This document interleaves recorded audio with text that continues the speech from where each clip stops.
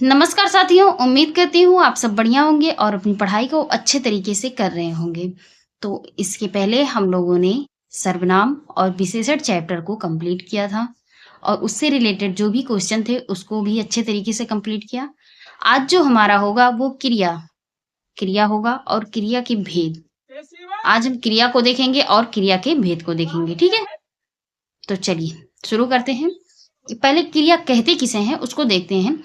जिस शब्द अथवा शब्द समूह से किसी कार्य के होने अथवा किए जाने का बोध हो क्या कहलाता है? क्रिया कहलाता है। जिस शब्द अथवा शब्द समूह से किसी कार्य के होने अथवा किए जाने का बोध हो वो क्रिया कहलाता है। ठीक है भैया। क्रिया क्या है? जिस विकारी शब्द से किसी वस्तु का विषय में कुछ विधान किया जाता है, क्रिया होता है। ठीक है। इस क्रिया का शाब्दिक अर्थ क्या होता है? तो वो होता है किसी कार्य का होना या किया जाना। क्या है? किसी कार्य का होना या किया जाना। ठीक है। क्रिया की मूल धातु क्या है? जिस मूल शब्द या अक्षर से क्रिया का निर्माण होता है उसे क्या कहते हैं? उसे धातु कहते हैं। क्या कहते हैं? तो उसे धातु कहते हैं। ठीक है भैया। इसके अलावा क्रिया पद का वह अंश जो प्राय क्रिया के सभी प्रारूपों से होता है वो धातु कहलाता है। ठीक है भैया। इसके आगे अब भेद। क्रिया के दो भेद होते हैं। एक धातु के दो भेद होते हैं, एक मूल धातु, दूसरा यौगिक धातु। ठीक है। मूल धातु क्या होते हैं? मूल धातु वे होते हैं जो या स्वतंत्र या क्या होती है? स्वतंत्र होती हैं। ठीक है। अर्थात किसी पर आश्रित नहीं होती है। क्या होती हैं? किसी पर आश्रित नहीं होती है। ठीक है। जैसे खा, पढ़, देख, पी इत्यादि। ठीक है भैया। यौगिक धातु क्या होती है? या प्रत्यय के योग से बनती है। क्या होती है? प्रत्यय के योग से बनती है। जैसे खा प्लस या बराबर क्या हो जाएगा? खाया। पढ़ प्लस आ बराबर क्या हो जाएगा? पढ़ा। तो पढ़ क्या है? धातु है। आ क्या है? प्रत्यय है। इसमें या क्या है? प्रत्यय है। खा क्या है? धातु है। ठीक है। अब क्रिया के भेद को देखेंगे हम। ठीक भैया। तो क्रिया के भेद तीन होते हैं। कौन कौन से? रचना की दृष्टि के आधार पर और कर्म के आधार पर, अर्थ की पूर्णता के आधार पर। ठीक है। एक तो रचना दृष्टि के आधार पर, दूसरा कर्म के आधार पर और तीसरा जो हमारा है वो अर्थ की पूर्णता के आधार पर। ठीक है। अब हम देखेंगे रचना के आधार पर कितने भेद हैं? तो दो हैं। एक रूढ़ है, रूढ़ मतलब मूल क्रिया, और दूसरा है यौगिक क्रिया। ठीक है। तो पहले हम इसको देख लेते हैं। रूढ़ मूल क्रिया क्या है और यौगिक क्रिया क्या है? तो ये है रचना की दृष्टि के आधार पर क्रिया के भेद। ठीक है। तो रूढ़ क्रिया क्या है? जो धातु से बनती हो। क्या है? जो धातु से बनती हो, जो मूल धातु में प्रत्यय लगाकर बने उसे क्या कहते हैं? तो मूल क्रिया कहते हैं। ठीक है। जैसे खा से खाया बना, खाना बना, खाऊं बना। देख से देखा बना, देखुए बने और देखूं बने। ठीक है। तो ये क्या हमारा? ये धातु है। ठीक है। ये मूल क्रिया धातु मूल क्रिया है। ठीक है। इसके आगे यौगिक क्रिया क्या है? जो धातुओं में एकाधिक प्रत्यय लगाकर बने। जैसे खाना से खिलाना, पीना से पिलाना, देख से दिखाना। ठीक है। तो ये सब हमारे क्या हो जाएंगे? यौगिक क्रिया। अब दूसरा हमारा है कर्म के आधार पर क्रिया के भेद। क्या है? कर्म के आधार पर क्रिया के भेद। तो इसमें भी कर्म के आधार पर दो भेद हैं। एक है सकर्मक क्रिया और दूसरा है अकर्मक क्रिया। ठीक है। तो पहले हम सकर्मक क्रिया को देखते हैं। जिस क्रिया का प्रभाव कर्म पर पड़े वह क्या कहलाता है? सकर्मक क्रिया कहलाती है। जिस क्रिया का प्रभाव कर्म पर पड़े वह सकर्मक क्रिया कहलाती है। और इसके अलावा जहां क्या, किसे, किसको इत्यादि प्रश्न से उत्तर मिले तो वहां सकर्मक क्रिया होती है। जैसे क्या है? मोहन पुस्तक पढ़ता है। तो मोहन क्या पढ़ता है? तो मोहन क्या पढ़ता है? तो यहाँ हमें क्या का उत्तर मिल रहा है कि मोहन पुस्तक पढ़ता है ना? तो वही कहा गया है कि जहां क्या, किसे, किसको इत्यादि प्रश्न का उत्तर मिले वहां सकर्मक क्रिया होती है। ठीक है। अकर्मक क्रिया क्या होती है? उसको देखते हैं जिस क्रिया का प्रभाव केवल कर्ता पर पड़े। क्या है? जिस क्रिया का प्रभाव केवल कर्ता पर पड़े वो अकर्मक क्रिया होती है। जहाँ क्या, किसे, किसको इत्यादि प्रश्न का उत्तर ना मिले तो वहां अकर्मक क्रिया होती है। जैसे मोहन सोता है, मोहन सोता, मोहन क्या सोता है, कुछ पता ही नहीं है ना। तो वही कहा गया है कि जहाँ क्या, किसे, किसको का उत्तर ना मिले वहां सकर्मक क्रिया होती है। ठीक है भैया, इसके आगे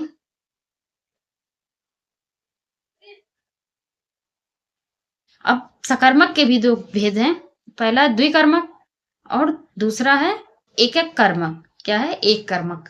ठीक है, तो द्विकर्मक में क्या है? दो क्रियाएं जब एक साथ हो, जैसे राम ने श्याम को पुस्तक दी, राम ने श्याम को पुस्तक दी। एक कर्मक में क्या है? जब एक क्रिया ही संपन्न हो, जैसे राम ने साइकिल चलाई, राम ने साइकिल चलाई। ठीक है, अब इसके आगे है यौगिक क्रिया। यौगिक क्रिया के भेद, यौगिक क्रिया के भी कितने भेद हैं? तो चार भेद हैं। पहले यौगिक क्रिया कहते हैं किसे? जब कर्ता किसी कार्य को दूसरे से करवाए या करने की प्रेरणा दे, वह क्या होता है? प्रेरणार्थक क्रिया होता है। ठीक है, वो क्या होता है? प्रेरणार्थक क्रिया होता है। जैसे आ प्रत्यय लगाकर या वा प्रत्यय लगाकर। आ प्रत्यय में जैसे मोहन गोविंद की प्रेरणा से जागा, किसकी प्रेरणा से जागा? तो ये प्रेरणा दे रहा है ना कि मोहन उसकी प्रेरणा से जागा। ठीक है, मोहन ने गोविंद को जगवाया, तो ये क्या है?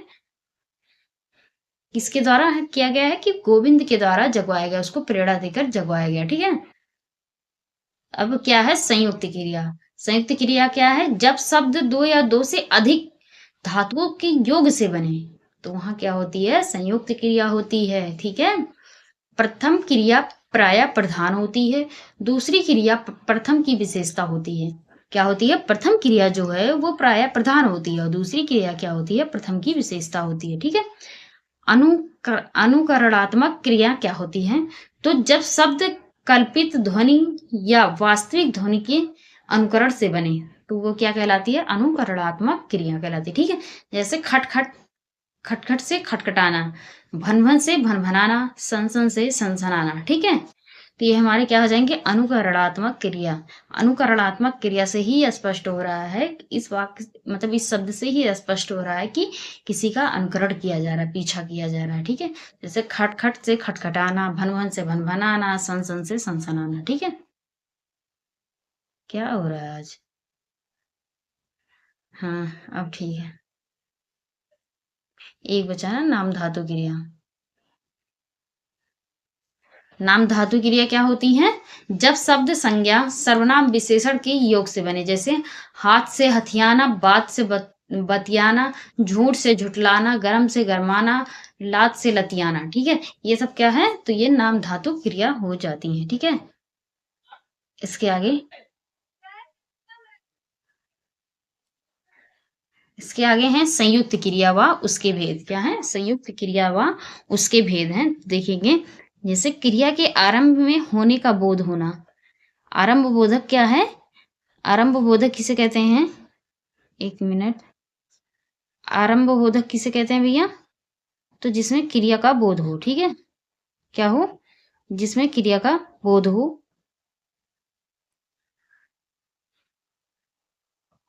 जिसमें क्रिया के आरंभ होने का बोध हो तो वह क्या कहलाता है?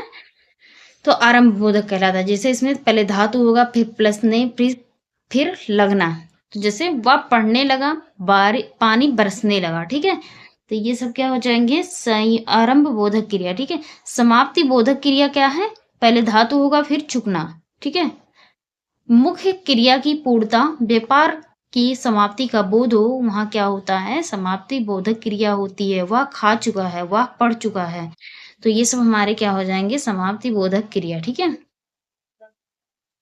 अब हमारा है निरंतरता नित्यता बोधक। मुख्य क्रिया में जाना या रहना, रही, रहा जोड़ने पर आता है। ठीक है, तो जैसे किसी कार्य के अनवरत जारी रहने के भाव को क्या कहते हैं? तो निरंतरता बोधक या नित्यता बोधक मुख्य क्रिया कहते हैं। ठीक है, जैसे राम पढ़ता रहा, हवा चलती रही, पानी बरसता रहा।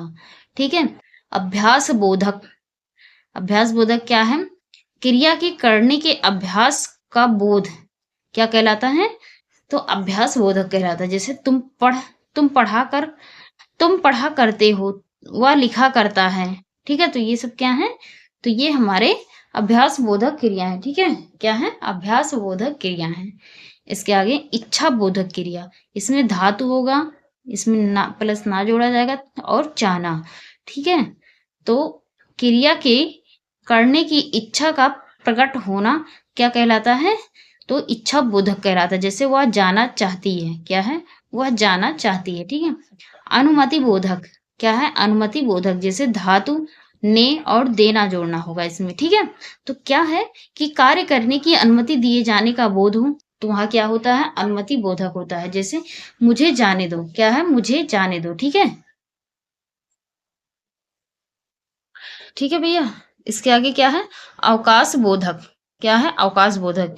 अवकाश बोधक किसे कहते हैं? क्रिया को पूर्ण करने में अवकाश का बोध हो, तो वो अवकाश बोधक कहलाता है। इसमें क्या जोड़ेंगे?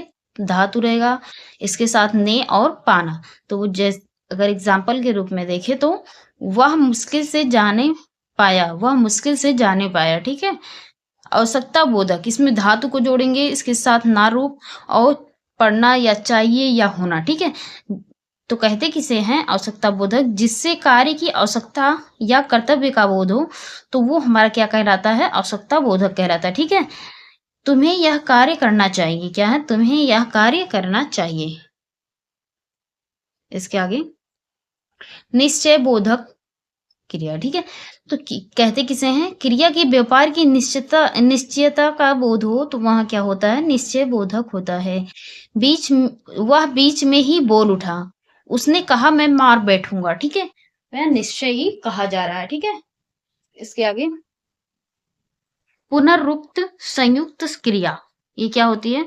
दो समानार्थक समान ध्वनि वाली क्रिया का योग होने पर वहां क्या होता है? पुनरुक्त संयुक्त क्रिया होती है। ठीक है? जैसे वह यहाँ प्रायः आया जाया करता है, क्या है? वह यहाँ प्रायः आया जाया करता है। ठीक है? शक्ति बोधक, सकना सकता का प्रयोग इसमें होता है। जैसे कार्य करने की शक्ति का बोध जहां हो, वहां शक्ति बोधक कहलाता है। जैसे मैं बोल सकता हूँ, क्या है? मैं बोल सकता हूँ। ठीक है? चलिए इसके आगे देखते हैं। तीसरा हमारा क्या था? अर्थ की पूर्णता के आधार पर क्रिया के भेद। क्या है? अर्थ की पूर्णता के आधार पर क्रिया के भेद। ठीक है? अर्थ की क्रिया के आधार पर अर्थ की पूर्णता के आधार पर क्रिया के भेद। तो कहते किसे हैं? उसको देख लेते हैं पहले। इसके दो प्रकार हैं। तो एक है पूर्ण क्रिया और दूसरा है अपूर्ण क्रिया। क्या है? पूर्ण क्रिया और अपूर्ण क्रिया। ठीक है? तो इसमें क्या है? पूर्ण क्रिया किसे कहते हैं? इसमें पूरक हेतु गैर क्रियापद आवश्यक नहीं होता है। ठीक है? और अपूर्ण क्रिया किसे कहते हैं? यह प्रायः संज्ञा या विशेषण द्वारा अर्थ देती है। क्या है? यह संज्ञा और विशेषण द्वारा अर्थ देती है। ठीक है? इसके आगे है क्रिया का पद से क्रिया का अर्थ स्पष्ट होना। ये भी यहाँ ये क्या होता है? पूर्ण क्रिया होती है। ठीक है? क्रिया के पद से क्रिया का अर्थ स्पष्ट होना क्या होती है? पूर्ण क्रिया होती है। जैसे राम पढ़ता है। ठीक है? राम पढ़ता है, मोहन खेलता है। इसके अलावा अपूर्ण क्रिया क्या होती है? जो क्रिया अपना अर्थ पूर्ण करने हेतु किसी अन्य पर निर्भर हो, क्या कहलाती है? अपूर्ण क्रिया कहलाती है। ठीक है? जैसे श्याम मोहन को मूर्ख समझता है, तो मूर्ख क्या है? विशेषण है। समझता क्या है? क्रिया है। ठीक है? इसमें मूर्ख क्या है? विशेषण है और समझता क्या है? क्रिया है। ठीक भैया? इसके आगे अब आ जाएगा हमारा पूर्णकालिक क्रिया। क्या है? पूर्णकालिक क्रिया। पूर्णकालिक क्रिया कहते किसे हैं? जब कर्ता एक कार्य समाप्त कर उसी क्षण दूसरे कार्य को आरंभ करता है, तो वह क्या होता है? पूर्णकालिक क्रिया होती है। इसमें क्रिया शब्द के अंत में कर लगाकर शब्द का प्रयोग होता है। ठीक है? तो जैसे हम देखें, मोहन खाना खाकर विद्यालय गया, तो खाकर में कर लगाकर बनाया गया है। ठीक है? खा में कर लगाकर बनाया गया। तो यहाँ क्या है? पहले मोहन ने खाना खाया, फिर उसके बाद विद्यालय गया। ठीक है? तो ये कहा गया है जब करता है एक कार्य समाप्त कर उसी क्षण दूसरा कार्य स्टार्ट कर दे, तो क्या हो जाता है? वहां पूर्णकालिक क्रिया हो जाती है। ठीक है? अब तात्कालिक क्रिया। तात्कालिक क्रिया क्या होती है? पहली क्रिया के होने के तत्काल बाद दूसरी क्रिया का होना। क्या कहलाता है? तात्कालिक क्रिया कहलाती है, ठीक है? इसमें ही निपात का प्रयोग होता है। किसका प्रयोग होता है? निपात का प्रयोग। ही निपात का प्रयोग होता है। जैसे वह खाना खाते ही सो गया। वह खाना खाते ही सो गया। वह खाना जैसे ही खाया वह उसके बाद तुरंत सो गया, ठीक है? यह मुख्य क्रिया के पहले समाप्त या संपन्न होती है। ठीक है भैया? इसके आगे इसके आगे है परीक्षा उपयोगी दृष्टि से कुछ महत्वपूर्ण वाक्य हैं अकर्मक और सकर्मक क्रिया के। अकर्मक क्रिया को पहले देख लेते हैं। तो जैसे इसमें अकर्मक क्रिया क्या है? वह खेल रहा है, वह पढ़ रहा है, कुआं भरता है, रस्सी ऐंठती है, उसका सिर खुजलाता है, बूंद बूंद से घड़ा भरता है, उसका जी ललचाता है, जी घबराता है। तो ये सब हमारे क्या हो जाएंगे? तो ये सब हमारे अकर्मक क्रिया हो जाते हैं, ठीक है? सकर्मक क्रिया में क्या देखते हैं? कौन कौन से वाक्य हैं? तो वह फुटबॉल खेलता है। वह क्या खेलता है? तो फुटबॉल खेलता है। इसमें क्या का जवाब मिल रहा है ना? वह पुस्तक पढ़ रहा है। तो क्या पढ़ रहा है? पुस्तक पढ़ रहा है। श्याम पानी भरता है। तो क्या भरता है? पानी भर रहा है, ठीक है? कुआं भरता है। कुआं में क्या भरता है? कुछ पता ही नहीं है। तो ये जब जहाँ के क्या का जवाब ना मिले तो वहां अकर्मक क्रिया होती है। जहां क्या का जवाब मिल जाए वहां सकर्मक क्रिया होती है, ठीक है? जैसे मजदूर रस्सी ऐंठता है। मजदूर क्या ऐंठता है? तो रस्सी ऐंठता है, ठीक है? मोहन अपना सिर खुजलाता है। तो क्या खुजलाता है? सिर खुजलाता है, ठीक है? वह घड़ा भरता है। तो क्या भरता है? घड़ा भरता है। ये चीजें तुम्हारी जी ललचाती हैं। तुम्हारा जी क्या ललचाता है? तो इस चीजों को ललचाता है, ठीक है? विपदा मुझे घबराती है। विपदा मुझे घबराती है। तो क्या घबराती है? विपदा घबराती है, ठीक है? तो ये सब महत्वपूर्ण थे, थोड़ा समझने के लिए भी था, ठीक है? तो इस तरीके से हम अकर्मक और सकर्मक क्रियाओं को पहचान सकते हैं। तो ध्यानपूर्वक इसको एक बार देख लीजिएगा। अब हमारा है क्रिया के पक्ष। क्रिया के पक्ष क्या होते हैं? क्रिया के जिस रूप से क्रिया कार्य की स्थिति का ज्ञात हो तो वो क्या कहलाता है? क्रिया के पक्ष, ठीक है? ये 4 प्रकार के होते हैं। अपूर्ण स्थिति, पूर्ण स्थिति, आवृत्ति मूलक स्थिति और निरंतरता बोधक स्थिति, ठीक है? तो ये 4 हमारे क्रिया के पक्ष हैं। तो अपूर्ण स्थिति पहले देखते हैं। जब क्रिया अपूर्णता का बोध कराए तो वहां अपूर्ण स्थिति होती है। जैसे श्याम आदमी है। क्या है? श्याम आदमी है। मोहन छात्र है, ठीक है? पूर्ण स्थिति क्या होती है? जब क्रिया की पूर्णता का बोध हो। जैसे उसने आम खाया। उसने क्या खाया? आम खाया, ठीक है? वह विद्यालय गया, ठीक है? इसके आगे है आवृत्ति मूलक स्थिति। किसी कार्य की आवृत्ति बराबर बार बार हो तो वह आवृत्ति मूलक कहलाती है। जैसे आकाश में तारे निकलते हैं। क्या है? आकाश में तारे निकलते हैं, ठीक है? निरंतरता बोधक क्या है? जब क्रिया सातत्व का बोध कराए तो क्या होती है? निरंतरता बोधक होती है। जैसे राम पानी पी रहा है। क्या है? राम पानी पी रहा है, ठीक है? इसके आगे क्रिया की वृत्ति तथा उसके भेद को देखेंगे। तो पहले देख लेते हैं क्रिया वृत्ति क्या होती है। क्रिया के रूप कहने वाले या लिखने वाले प्रयोजन का संकेत देना क्या कहलाती है? क्रिया वृत्ति कहलाती है। इसके भेद जो हैं ये 5 हैं, ठीक है? पहला है आज्ञा सूचक, वेद पुराण पढ़ो, ठीक है? इच्छा सूचक, भगवान सबकी रक्षा करें। ये आज्ञा दिया जा रहा है कि आप वेद पुराण पढ़ो, माता पिता का सम्मान करो। ये सब क्या है? आज्ञा सूचक है। इच्छा सूचक क्या है? भगवान सबकी रक्षा करे, आप फलो फूलो। ये सब क्या है? तो इच्छा बोधक है, ठीक है? संदेश सूचक, हो सकता है मोहन घर गया हो, ठीक है? हो सकता हो राम सो गया हो। तो यहाँ क्या है? संदेश सूचक है, ठीक है? निश्चय सूचक क्या है? आज मुझे मुंबई जाना है। ये कंफर्म है, ठीक है? निश्चय है कि आज उसको मुंबई जाना ही जाना है। संकेत सूचक, वह पढ़ता तो सफल हो जाता। क्या है? वह पढ़ता तो सफल हो जाता। नहीं पढ़ोगे तो नहीं सफल होगे भैया, इसलिए मेहनत से पढ़ो। क्रिया के भेद। क्रिया के भेद अब हम देखेंगे। तो पहला है सामान्य क्रिया। सामान्य क्रिया क्या होती है? जब किसी वाक्य के अंत में एक ही क्रिया प्रयुक्त हो तो उसे सामान्य क्रिया कहते हैं। जैसे मोहन आया, प्रतिमा गई इत्यादि। ये सब हमारी क्या है? सामान्य क्रिया है, ठीक है? मुख्य क्रिया क्या है? जिस क्रिया द्वारा मुख्यार्थ का बोध हो रहा हो उसे मुख्य क्रिया कहते हैं। जैसे रिया की आंखें भर आईं। रिया की आंखें भर आईं, ठीक है? सहायक क्रिया। सहायक क्रिया क्या होती है? जिस क्रिया द्वारा मुख्य क्रिया के विधान को पूर्णता प्रदान की जाती है उसे सहायक क्रिया कहते हैं। जैसे वह उठकर बैठ गया। क्या है, वह उठकर बैठ गया। ठीक है, तो ये क्या है, हमारे सहायक क्रिया है। ठीक है, क्रिया के कितने भेद हैं, तो 3, सामान्य क्रिया, मुख्य क्रिया और सहायक क्रिया। ठीक है,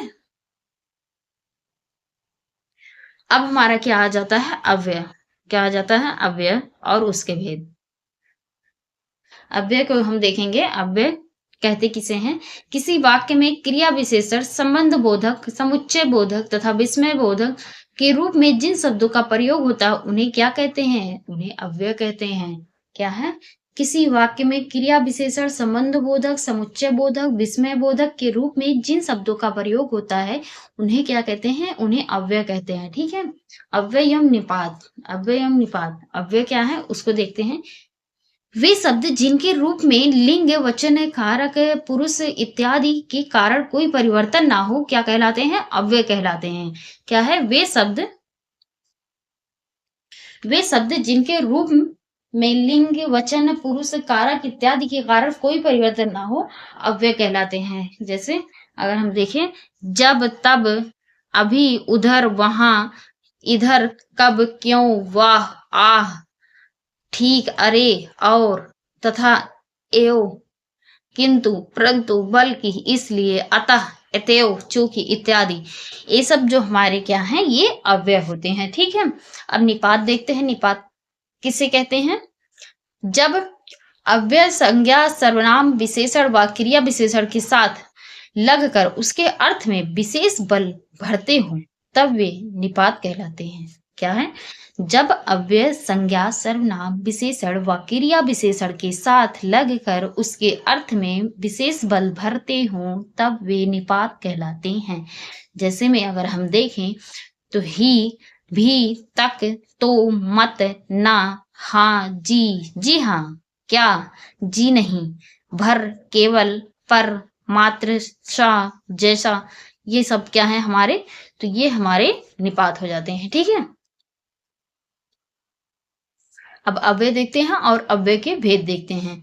अव्यय क्या है, तो ये स्वतंत्र व वस्तु पूरक अर्थ देते हैं। संज्ञा, सर्वनाम, विशेषण के साथ इनका भी अर्थ होता है। वाक्य के अंग होते हैं ये। ठीक है, तो चलिए इसके आगे देखते हैं। इसके भेद कितने हैं, तो 4 हैं। कितने भेद हैं, 4 हैं। ठीक है, तो पहला क्या है, क्रिया विशेषण, दूसरा क्या है, संबंध बोधक, तीसरा समुच्चय बोधक, चौथा है विस्मयादि बोधक। ठीक है,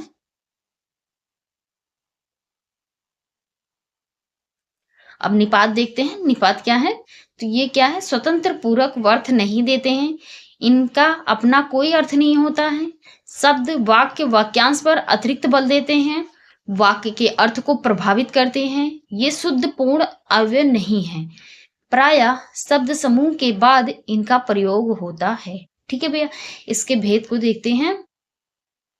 स्वीकार्य मतलब जी हाँ, आप स्वीकार कर रहे। ठीक, नकारात्मक नहीं होता है। निषेधात्मक मत, नकारात्मक और निषेधात्मक में बहुत लोगों को कंफ्यूजन रहता है। तो देखो, नकारात्मक जैसे नहीं और निषेधात्मक में मत।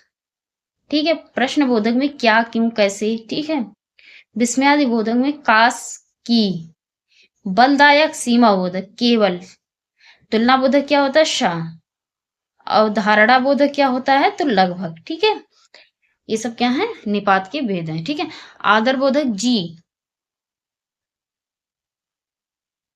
ठीक है भैया, तो हमारा अव्यय निपात यहाँ तक समाप्त होता है। ठीक है भैया, अब इसके आगे जो है हम लोग कल देखेंगे और उम्मीद करती हूँ कि आप लोग ये क्लास को अच्छे से रिवीजन करेंगे और बढ़िया तरीके से पढ़ेंगे। मैंने जितना भी पढ़ाया है, जितने भी वाक्य बताए हैं, जितने शब्द बताए हैं, जो भी परिभाषाएं हैं, सब बहुत ही महत्वपूर्ण है। ठीक है, तो इन सबको ध्यान में रखिएगा। तो आज के लिए इतना ही। Thank you so much.